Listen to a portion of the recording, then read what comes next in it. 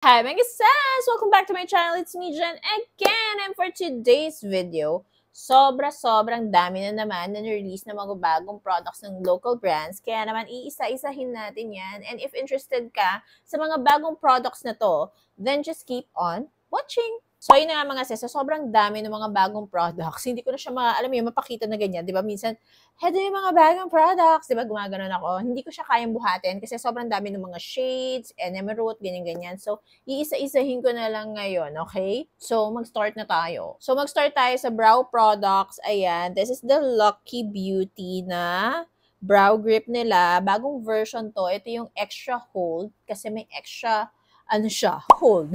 Parang lang eh. Pero basta, mas extra yung pag-laminate and mas na-hold niya yung brows ko kaysa doon sa unang version nila na medyo mas liquidy. Feeling ko naman napanood nyo na din to sa aking TikTok account. Pero kung wala ka dun sa TikTok account ko, then ayan, first time mo lang itong makikita sa akin. Sobrang dali niyang gamitin. And if compare natin siya kay Absidy, mas stronghold pa rin naman si Absidy. Pero ito kasi, mas beginner-friendly siya. Mas madali siyang gamitin. Like, ganyan-ganyan ka lang. And kahit chumika ka ng ganyan, diba, napatagal ka ng chumika, tapos nakalimutan mo, naglagay ka pala ng brow product. Syempre, ganyan na siya, diba? Hindi. Hindi siya magsistay ng ganyan lang muna. Meron kang time para, alam mo yun, kortihin pa yung iyong kilay, mga sis. So, ayan. Sobrang dali lang niyang gamitin. Itong nakikita niyo excess, nakapag-foundation na kasi ako bago maglagay nito. Kaya, ayan. Merong onting foundation. So, hindi yun fault ng product. Kung dapat maglalagay ka talaga before ng foundation. So, wag niyo akong tularan. Kasi may tinest akong foundation, kaya ganun. But anyways, ayan, ganyan siya. Sobrang dali lang niyang gamitin. Pero yun nga lang, medyo matagal siyang mag-set. Hindi siya katulad ni Absidy na mas mabilis yung pag-set niya talaga, mga sis. So, ayan. Unang product is si Lucky Beauty. Ito, bug sa akin to, lalo na kung pang everyday ganapers. And gusto ko ng fresh yung atake ng kilay ko. Yung hindi centipede or caterpillar yung aking kilay. Ayan, very natural lang siyang tignan. So, this one is a boosh for me. So, ganyan siya, mga sis, pag na-apply na both kilay, ganyan. Very fresh lang yung datingan. Then, merong bagong product pa rin si Lucky Beauty na brow pen. Ayan. Pero meron tong kasamang pencil din eh. Ayan. Yung pencil, saktuhan lang siya sa akin. Kasi hindi ako ma-pencil talaga. Then, itong pen naman nila, saktuhan lang din siya. Mas number 1 ko pa rin si Strokes. Pero okay din naman to. Ayan. Ganyan siya. Very nice din naman siya. Pero again, mas number 1 ko pa rin si Strokes. Then, si Get Ready With Me, nag-release na siya ng brow pencil. They call this Precision Pencil Pro. Sobrang nipis niya talaga. And tinatry ko yung best ko na practicein pa to. Baka sakaling magustuhan ko ang brow pen. Pero mamaya ko nagagamitin tong dalawang to, mga sis ha. Kasi again, yung brow gel kasi ni Lucky Beauty, kailangan mag-set pa siya ng mga ilang minutes bago mo malagyan ng pencil and pen. Kung hindi, walang kwenta lang yung gagawin mo kung hindi pa nagsiset to, okay? So, mamaya na natin gamitin to. So, this one naman, another new product kay Get Ready With Me. Eyeliner naman to. Meron siyang micro and also yung regular size lang ng pen. Ito yung micro. Other end yung regular lang na pen. Ayan. Super nice nito. As in, nagustuhan ko siya. Lalo na tong asan si dark, wait lang. Ayan, 3 shade kasi siya. Merong black ink. Ayan, yung black. Wait. Meron yung black, ganyan. Ito yung favorite ko, si dark oak. Favorite ko to. Ay, naipit. Oh my gosh, nakakasad. Wait, dun tayo sa hindi naipit. Ayan, ito, hindi pa ipit. So, this is dark oak. Mas gusto ko to, this one. Mas madalas kong gamitin tong dark oak. And then, we have russet. Nice din naman to. Ayan. So, if ayaw mo ng black, pwede ka dito sa dalawa. Super nice niya and very long wearing talaga siya. So, now, I will use yung dark oak para pang eyeliner natin. Papakita ko sa inyo kung gaano siya kaganda. I like it kasi talaga. And super pino niya eh. Tapos, long wearing pa siya. So, boosh. Ayan o. Pag gusto mo yung mga Korean na maninipis lang, very boosh tong eyeliner na to.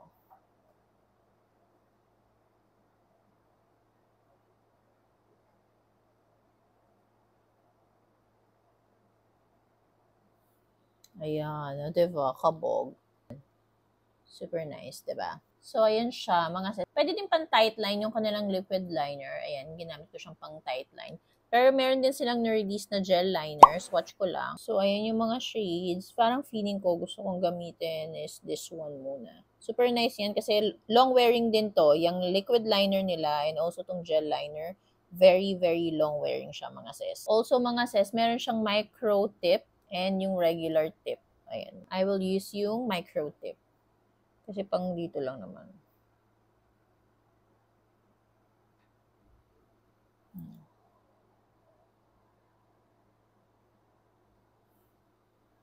Nice. Next naman na new product mga sis from Colorette. Ito bagong shades to nung color bounce nila. Merong latte.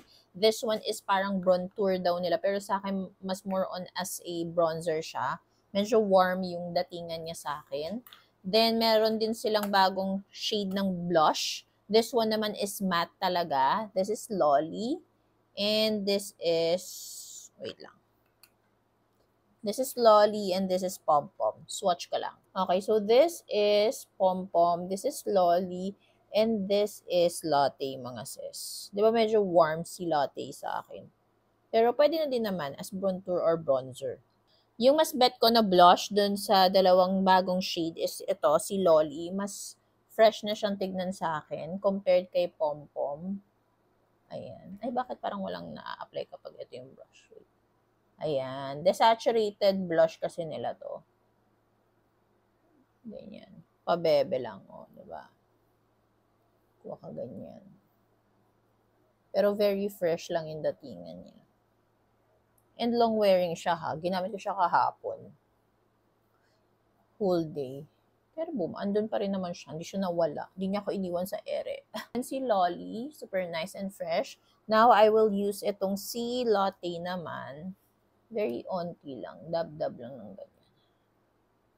Pwede din sponge siguro. Tama ba? Pwede sponge dito. Pero mas gusto ko yung ganito na brush. Yung medyo, hindi siya super fluffy, hindi din siya sobrang dense. Para sakto lang. Ayan, ganyan. Boosh. So, for me, yung bagong shades, carry boom boom sa akin, pinaka is si Lolly. And carry din naman si Latte. Next new product is from Peripera, mga sis. Ito, grabe to. As in, super duper duper hype siya sa TikTok talaga. Pag nakikita ko siya halos araw-araw sa FYP ko, gusto ko talaga siyang makuha na. Buti na lang, pinadalan tayo ni Peripera. Lahat ng shade pinadala niya. Pero ito yung ginagamit ko, si 03. But again, of course, swatch ko muna sa inyo to, okay? By the way, ganito pala yung itsura niya. Ito yung tip, ito yung brush. Okay, so these are the swatches. Itong nasa taas si 01. 02, and 03. So, ang gagamitin ko is 03. So, paano ba siya gamitin mga sis? Ganito siya kadaling gamitin. Nakakatuwa nga siya actually gamitin. Gaganyan mo lang. Ilo-drawing mo lang sa iyong ilong para tumangos ang iyong ilong. Ganyan. Tapos, ayun na. Tapos na. Joke lang. Hindi. So, after nyan, gagamitin mo na yung brush na kasama niya. And yung brush niya, mga sis, very malambot. Hindi siya tusok-tusok, kaya nakakatuwa. I super love this. Kasi ayun, napapadali niya yung pag-contour ng ilong. It's an effortless. Tingnan niyo naman. Sino ka dyan? Nagka-nose bridge bigla ang sis. Tangos. Bugs. So, now, gagamitin ko na tong brow pencil ni Get Ready With Me and the shade Brunette. Ayan. Kasi tuyo na si Lucky Beauty. So, dun sa may mga poknat, doon ko siya gagamitin. Very nice to kasi tamang-tama lang yung pigment niya, hindi yung OA. Kasi hindi din siya waxy. Ayoko kasi ng mga waxy na brow pencil. Ayan. Uy, parang ang ganda ng pagkagawa ko ngayon. Ayan. Ganda ba, mga sis? Hindi pa ako sanay talaga sa brow pencil. Pero push natin to.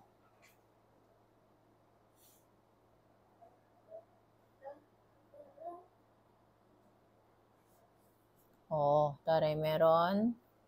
Wala. Carry na din, no? Okay. So, ayan siya, mga sis. Ano sa tingin nyo? Carry boom boom din ba sa akin yung brow pencil? Oh my gosh, kailangan ko pa ata mag-onting practice. Kasi hindi ako naninibago talaga ako. Pero parang feeling ko, achieve naman siya. Comment down below if Carry Boom Boom yung pag-brow pencil ko dito Then, for the blush, again mga sis, powder blush naman tayo kay Spotlight. This is their Soft Blush Powder Blush. Sobrang gaganda nito mga sis, pang high-end levels talaga yung datingan yan. Even yung packaging ni Spotlight, level up na din talaga. I love the shades, pero may pinaka-favorite ako, si Poppy at saka si Petunia talaga yung favorite ko, ayan. Pero sa swatch ko dito sa arm ko, lahat yung shades niya. Okay, wait lang. Okay, ito yung mga shades mga sis. As you can see, sobrang gaganda niya. So, this is Poppy, this is Petunia, this is Brick Rouge, this is Red Petal, this is Wisteria, and Peach Charm. Ayan yung mga shades niya.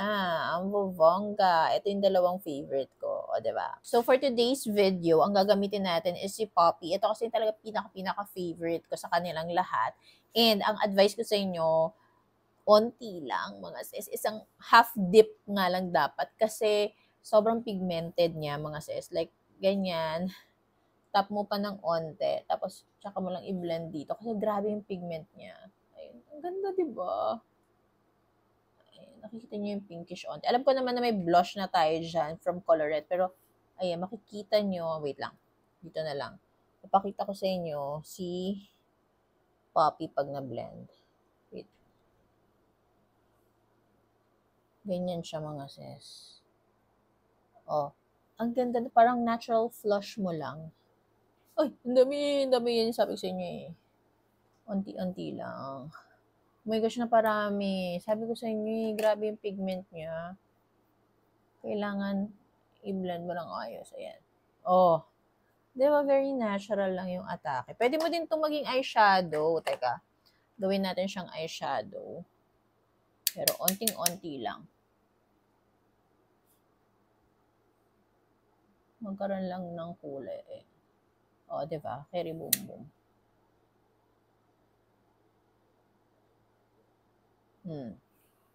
Nice. Aminin nyo. Ang ganda. Bugs. So, ayun mga sis, for this blush kay Spotlight, super bugs sa akin to, as in. Next naman ito mga sis, kakaiba to. It's from BLK. This is their Invisible Matte Gel Powder. Yes, tama yung rinig nyo. Gel powder siya. So, paano kung gel powder siya? Amazables to mga sis, kasi ganyan siya, oh. As in, talagang invisible siya. Oh, wala kang makikitang powder. And so, for all siya, kasi universal yung shade niya. Walang invisible lang. O, diba? Tapos, ganyan lang kanipis to. Tapos, igaganyan mo siya. Literal na parang powder lang. Ayan, o. Tapos, nakaka-blur din siya. Smoothen siya ng base or ng skin mo. Diba? Ayan, o. Tapos, walang kickiness to and walang heaviness at all sa face. Kasi, ayan, ganyan lang siya, o. Ganyan lang siya. Ganyan lang siya, o. Super nice, diba? Parang filter ka lang. Parang may filter, diba? Ayan.